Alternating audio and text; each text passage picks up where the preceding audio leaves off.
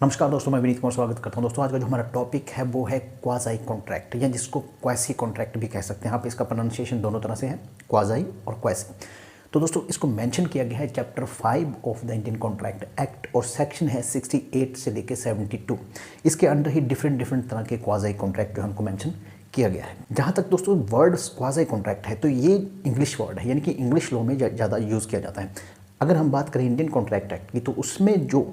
इन सब कॉन्ट्रैक्ट को जो कि 68 से 72 के अंडर मेंशन किए गए हैं उनके लिए जो हेडिंग चूज़ किया गया है वो अलग है। Certain relation resembling those created by contract, यानी कि कुछ इस तरह के रिलेशनशिप जो कि सिमिलर हैं कॉन्ट्रैक्ट की तरह, ठीक है, लगते हैं कि वो कॉन्ट्रैक्ट है बट एक्चुअल में उसकी जो रिक्वायरमेंट है कॉन्ट्रैक्ट की वो पूरी तरह से वो फुलफिल वो नहीं करते हैं। जैसे कि दोस्तों मैं आपको एग्जांपल देता हूँ। मान लीजिए अगर आपको किसी की कोई खोई हुई चीज़ मिलती है, वो आदमी नहीं जानता है कि ये चीज़ आपको मिली है, आपके पास है, पर आपको बेली ट्रीट किया जाता है लॉ के अंडर इसी क्वाज़ी कॉन्ट्रैक्ट की ऑब्लिगेशन के अंडर, और आपके पास जितने भी राइट्स और लाइबिलिटी बेलीज वाली अराइज होती हैं। अब यहाँ पर दोस्तों उस आदमी ने आपको नहीं कहा है कि भाई मेरी चीज़ जो मैं आपको दे रहा हूँ या इस तरह का कोई ऑफर एक्सेप्टेंस ऐसा कुछ नहीं है, फिर भी आपको बेली कंसीडर किया जा रहा है और बेली के जितने राइट्स लाइबिलिटी होती है वो आप पर एप्लीकेबल हो रहे हैं इंडियन कॉन्ट्रैक्ट के अंदर, जो कॉन्ट्रैक्ट ऑफ बेलमेंट है उसको मद्देनज़र रखते हुए। तो यहाँ पर ये कहने का मतलब दोस्तों कि प्योरली वो ऑफर एक्सेप्टेंस नहीं हुआ है पर फिर भी कॉन्ट्रैक्ट कंसीडर किया जा रहा है। जहाँ तक क्वाज़ी वर्ड का मतलब है दोस्तों, तो क्वाज़ी वर्ड जो है वो उसका मतलब होता है हाफ या पार्टली, यानी कि जो ऑब्लिगेशन है वो एक तरफ से है, यानी कि जिस आदमी को गुड्स मिली है उसको तो मिल गई, उसको तो एक तरह से देखा जाए कि उसका जो रोल था वो तो मिल गया, पर जिस आदमी की गुड्स खोई हुई हैं उसको रिटर्न में कुछ भी नहीं मिला या उसको कुछ भी ऐसा भरपाई नहीं हुई। यानी कि दूसरे शब्दों में हम ये भी कह सकते हैं कि जो क्वाज़ी कॉन्ट्रैक्ट है वो इस तरह का कॉन्ट्रैक्ट है जिसमें कि जो हाफ परफॉर्मेंस या एक हाफ जो है इनरिचमेंट होता है या हाफ बेनिफिट होता है, दूसरी पार्टी का उसमें कोई भी बेनिफिट नहीं होता है, और उस सिचुएशन को कवर करने के लिए जो लॉ ने प्रोविज़न बनाई है वो है क्वाज़ी या क्वासी कॉन्ट्रैक्ट। नो दोस्तों second question, why quasi contract, की ये क्वाज़ी कॉन्ट्रैक्ट है क्यों? तो बड़ी ऑब्वियस सी बात है। फिर उसी सिचुएशन को लेते हैं जहाँ पर फाइंडर ऑफ द गुड्स जो कॉन्ट्रैक्ट होता है, यानी कि बेलमेंट का, आपको किसी की चीज़ मिली, आपने उसको रख लिया। अब आपने उसको रख लिया, अगर लॉ इसको कवर नहीं करता है सिचुएशन को, तो बड़ी ऑब्वियस सी बात है किसी आदमी को अगर किसी की चीज़ मिलती है तो वो उसको वापस नहीं करेगा अगर लॉ के अंदर ये प्रोविज़न नहीं है वापस करने की। अब मुझे मिलती है, मान लीजिए आपकी चीज़, तो मैं कहता हूँ भाई मुझे मिली है, मेरा कोई कॉन्ट्रैक्ट नहीं है आपके साथ कि आपको वो वापस देनी है, तो मैं इसको रखूँगा। पर जब लॉ के अंदर प्रोविज़न आ जाती है तो फिर मुझे वो वापस करने पड़ती है, मेरी एक ड्यूटी बाउंड में हो जाता हूँ। यानी दूसरी तरफ कहें तो डॉक्ट्रिन ऑफ अनजस्ट इनरिचमेंट भी इसमें इन्वॉल्व है। अनजस्ट यानी कि एक अननेसेसरी इनरिचमेंट बेनिफिट, यानी अननेसेसरी बेनिफिट किसी को नहीं होना चाहिए। चीज़ आपकी थी, खो गई, मुझे मिली, तो अब मुझे उसका अननेसेसरी बेनिफिट नहीं होना चाहिए। क्यों? क्योंकि मैंने आपको पे नहीं किया है उसके लिए, तो मुझे वो मिली है, मेरी ड्यूटी बनती है कि मैं अपने बेस्ट एफर्ट के साथ आपको उसको रिटर्न करने की कोशिश करूं, और जब तक नहीं कर पाता हूं उस चीज़ को मेरे पास रहेगी और मेरे पास उसकी पूरी लाइबिलिटीज़, पूरे राइट्स जो हैं वो जनरेट होंगे as a contract of bailment. तो दूसरी तरह से हम देखें तो लॉ जो है वो प्रोटेक्ट करने की कोशिश करता है एक इस तरह की सिचुएशन को जो कि अगर प्रोटेक्शन ना दी जाए उसको, तो एक बड़ा ऑब्वियस से एक सोशल जो स्ट्रक्चर होता है उसमें किसी तरह का एक फ्रिक्शन जनरेट हो सकता है। चीज़ आपकी है, गुम हो गई है, मिली मुझे है, आपको पता है कि मुझे मिली है पर मैं वापस नहीं कर रहा हूँ, और लॉ के अंडर ऐसी कोई प्रोविज़न भी नहीं है जिसके अंडर आप मुझे कंपेल कर सकते हो, तो फिर वो सिचुएशन जो है बड़ी कन्फ्लिक्टिंग हो जाएगी। और लॉ का काम है कि कन्फ्लिक्ट को सॉल्व करना अपने बेस्ट एफर्ट्स के साथ, ना कि उनको जनरेट होने देना या जनरेट होते हुए उनको इग्नोर करना। तो वो जो सिचुएशन है उसको ख़त्म करने के लिए जो क्वाज़ी कॉन्ट्रैक्ट जो है वो एग्जिस्टेंस में है। तो चलिए दोस्तों देखते हैं सेक्शन 68 जो कि पहला क्वाज़ी कॉन्ट्रैक्ट है कि उसमें क्या मेंशन किया गया। इसमें कहा गया है claim for necessaries supplied to a person incompetent to contract, यानी कि अगर आप किसी आदमी को जो कि कॉन्ट्रैक्ट करने को इनकम्पिटेंट है उसको सप्लाई या उसको जो ज़रूरी चीज़ें हैं वो सप्लाई करते हो, तो ये एक तरह से ऑब्लिगेशन बन जाती है कि आपको जो भी खर्चा हुआ हो उसको वापस दिया जाए। इसमें दो तरीके से ये काम करते हैं। जैसे मान लीजिए कि अगर एक आदमी जो है वो 30 साल का है और वो लूनेटिक है, यानी कि मेंटली डिस्टर्ब है। अब उस सिचुएशन में उस आदमी को अगर कोई नेसेसरी सप्लाई करता है, यानी कोई आदमी उसके लिए वो खर्चा करता है, उसका रहने सहने, खाने पीने के लिए, जो भी उसका एक नॉर्मल लाइफ है उसके अकॉर्डिंगली, तो उस आदमी के पास राइट बन जाता है कि वो उससे वो रिकवर करे। दूसरी सिचुएशन जो है इसमें, मान लीजिए आदमी वही है, लूनेटिक है, मेंटली डिस्टर्ब है, पर उसके बीवी बच्चे जो हैं उनको सप्लाई किया जाता है। यानी कि अगर देखें सेक्शन को, तो सेक्शन कहते हैं या तो आप उस पर्सन को सप्लाई कर रहे हो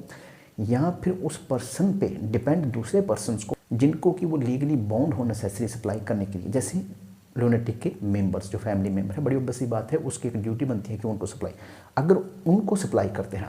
तब भी आप जो है उस आदमी से उनको रिकवर कर सकते हैं। और ये जो रीइंबर्समेंट है, रीइंबर्समेंट मतलब जो भी आपने खर्चा किया है वो वापस लेना, वो है उसकी प्रॉपर्टी से आपको मिलेगा। पर्सनली आप उस आदमी को कंपेल नहीं कर सकते, बड़ी ऑब्वियस सी बात है, वो तो इनकैपेबल है, इनकम्पिटेंट है, पर उसकी जो भी प्रॉपर्टी होगी उससे आप इसकी रिकवरी कर सकते हो। तो सीधा सीधा बात देखा जाए, यहाँ पर भी लॉ जो है एक फिलॉसफी को कवर करना चाहता है कि भाई अगर कोई आदमी, माइनर भी हो सकता है इसमें दोस्तों, अगर माइनर है मान लीजिए, तो माइनर को सप्लाई करवाई जाती है नेसेसरी, ठीक है। अब नेसेसरी आप उसको सप्लाई करते हैं तो आपको ये उम्मीद होनी चाहिए कि मैं वापस लेता हूँ। अगर मान लीजिए लॉ ये प्रोविज़न नहीं बनाता है तो फिर बड़ी ऑब्वियस सी बात है कि कोई भी ऐसा काम नहीं करेगा जिससे कि वो माइनर को नेसेसरी सप्लाई करता हो, क्योंकि उसे डर रहेगा कि भाई मैं नेसेसरी तो सप्लाई कर दूँगा पर वापस मुझे नहीं मिलेंगी। पर यहाँ पर लॉ जो है सोशल जो एक स्ट्रक्चर है उसमें एक अच्छी बात जो है उसको इनकॉर्पोरेट करने के लिए प्रोविज़न बनाता है कि अगर आप ऐसा कर भी देते हैं तो आपको जो है वो वापस मिल जाएगा। नेक्स्ट क्वाज़ी कॉन्ट्रैक्ट है दोस्तों section 69, reimbursement of money paid due by another. जो एसेंशियल है दोस्तों इस सेक्शन के वो हैं, one person is interested in the payment of money and therefore he pays it.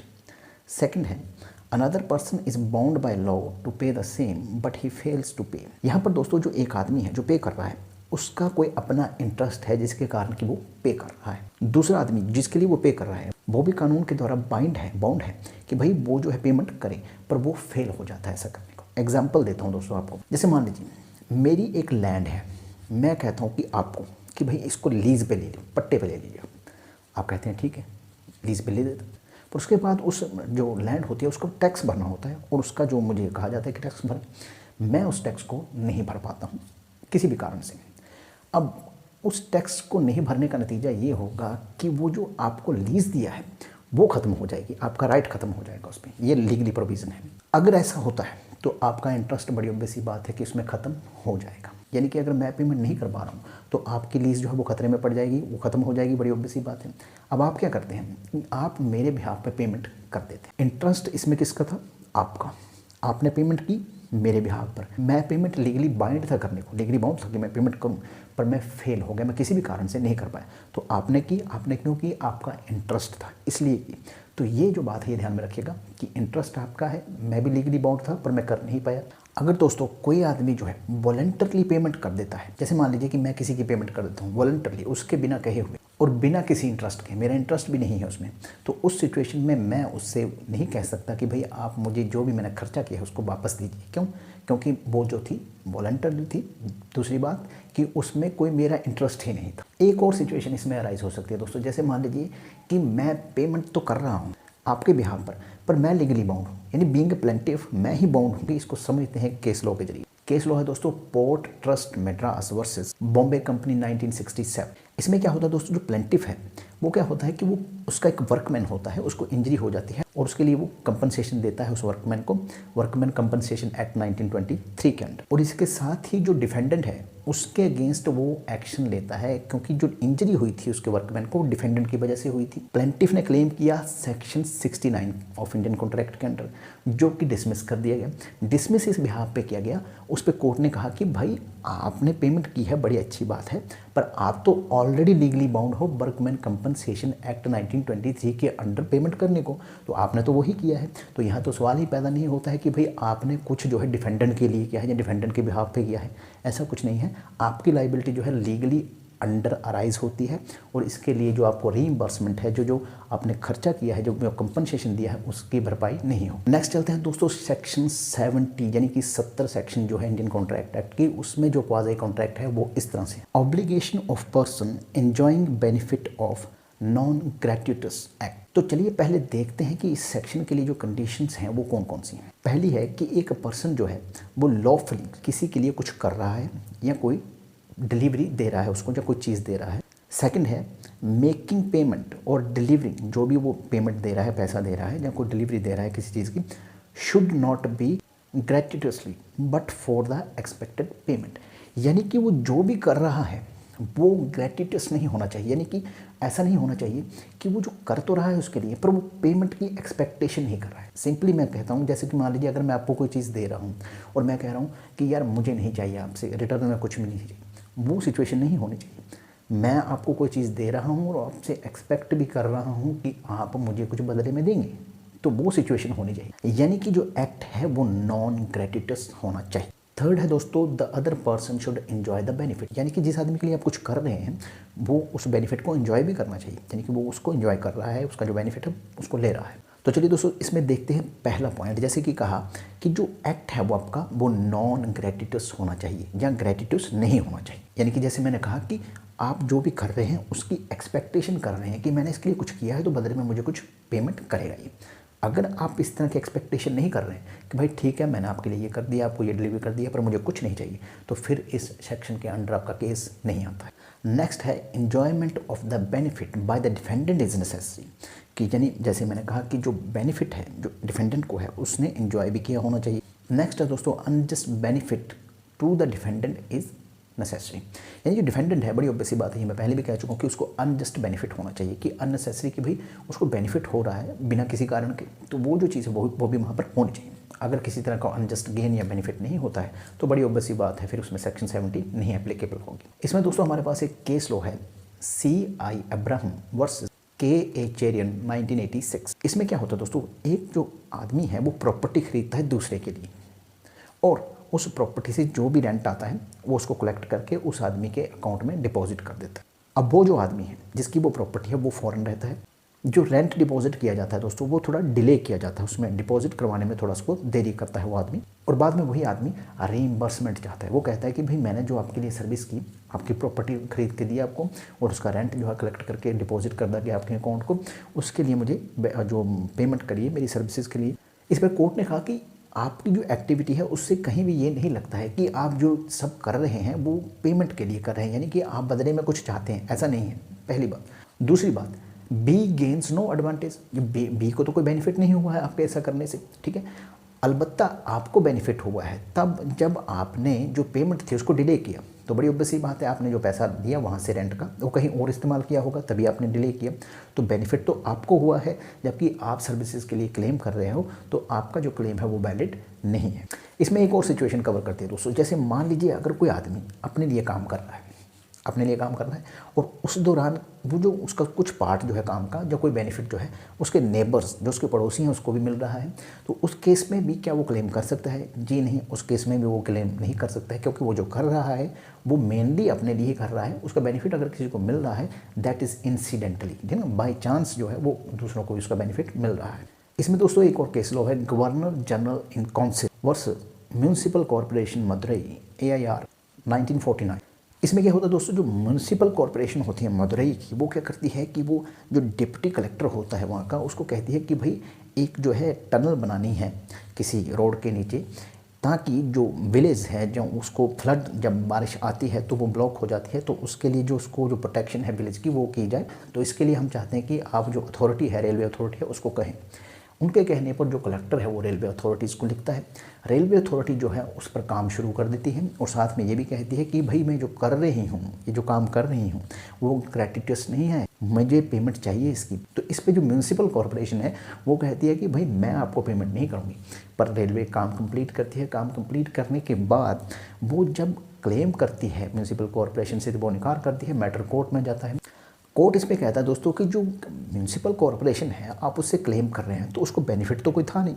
उसने कहा कि टनल बना दीजिए, क्योंकि जो ब्लॉकेज हो जाएगी बरसात में और उसकी वजह से जो गांव है उसमें जो फ्लड की सिचुएशन क्रिएट हो जाएगी, तो उसमें म्यूनिसिपल कॉर्पोरेशन का डायरेक्ट बेनिफिट तो कोई भी नहीं है, तो इसलिए जो आपने रीइंबर्स मांगा है सेक्शन 70 के अंडर वो नहीं मिल सकता। Application of the section 70 against the government, तो बड़ी ऑब्वियस बात है ये गवर्नमेंट के अगेंस्ट भी एप्लीकेबल हो सकती है दोस्तों। इसके लिए हमारे पास case law state of West Bengal versus BK Mondal and sons 1962। इसमें क्या होता है दोस्तों, जो डिफेंडेंट है कोई कंस्ट्रक्शन वर्क करता है प्लेंटिफ के लिए, और कंस्ट्रक्शन वर्क जो है जब कंप्लीट हो जाता है तो वो डिमांड करता है कि भाई मुझे जो मेरी पेमेंट है वो दे दीजिए। इस पे प्लेंटिफ कहता है कि भाई ये जो पेमेंट है हम आपको नहीं कर सकते, क्योंकि जो हमारा ऑर्डर था जिसमें कि हमने आपको कहा था कंस्ट्रक्शन वर्क के लिए वो इनवैलिड है, क्योंकि इसमें कुछ सर्टेन रिक्वायरमेंट थी गवर्नमेंट ऑफ इंडिया एक्ट 1935 की सेक्शन जो 175 क्लॉज 3 के अंडर वो जो थी फुलफिल नहीं की गई थी, इसलिए ये वैलिड नहीं थी। मैटर कोर्ट में जाता है। कोर्ट इस पे कहता है दोस्तों कि जो प्लेंटिफ है उसने बेनिफिट लिया है, कंस्ट्रक्शन उसकी हुई है, चाहे उसका ऑर्डर इनवैलिड ही क्यों नहीं था, पर उसको यहाँ पर पेमेंट करनी पड़ेगी डिफेंडेंट को, क्योंकि बेनिफिट वहाँ पर वो ले चुका है और under section 17 of the Indian contract आपको रीइंबर्समेंट करना पड़ेगा उनको। सेक्शन 70 के बारे में कहा जाता है दोस्तों कि इसको जो माइनर है उसके खिलाफ इन्वोक नहीं किया जा सकता, यानी कि माइनर के खिलाफ आप इसका यूज़ नहीं कर सकते। क्यों? पहली बात तो उसमें ये कही गई है कि भाई जो माइनर है उसके लिए जो रेमेडी है वो सेक्शन 68 के अंडर प्रोवाइड करवाई गई है, जिसमें कि कहा गया है कि जो माइनर और लूनेटिक पर्सन जो है उनको 68 के अंडर नेसेसरी सप्लाई की जाती है तो वो उसमें रीइंबर्स उस आदमी को किया जाएगा, इसलिए जो 70 है उसके लिए नहीं है। दूसरी बात, बीइंग अ माइनर, अगर वो माइनर है तो वॉलंटरली कोई काम कर ही नहीं सकता, क्योंकि वॉलंटरली करेगा तो अपनी इच्छा से करेगा, अपनी इच्छा से करेगा तो उसके लिए उसकी एज मैच्योर ही नहीं है। हालांकि इस पे कॉन्ट्राडिक्शन भी है जिसमें कि ये कहा गया है कि ये जो सेक्शन है 70 ये तो सभी के लिए है, माइनर हो जाए मेजर हो। दूसरा जो कहा गया है कि भाई